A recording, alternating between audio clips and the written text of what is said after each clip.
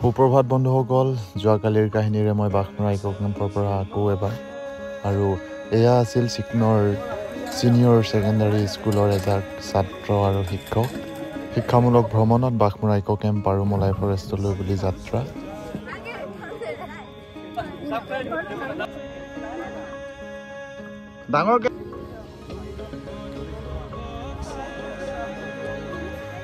প্ৰায় 3 কিলোমিটাৰমান খোজকাঢ়ি আমি মলাই ফৰেষ্ট পাওঁগৈ আৰু ছাত্ৰজাকৰ হয়তো ভাগৰো লাগিলে কিন্তু ভালো লাগিলে।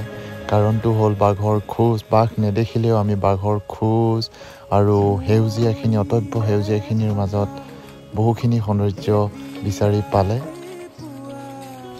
আৰু এইকেইদিন যিহেতুকে বাঘ, হাতী আৰু গড়ে মুক্ত বিচৰণ কৰি আছে আমাৰ এইখন অৰণ্যত, গতিকে বহুখিনি ভিতৰত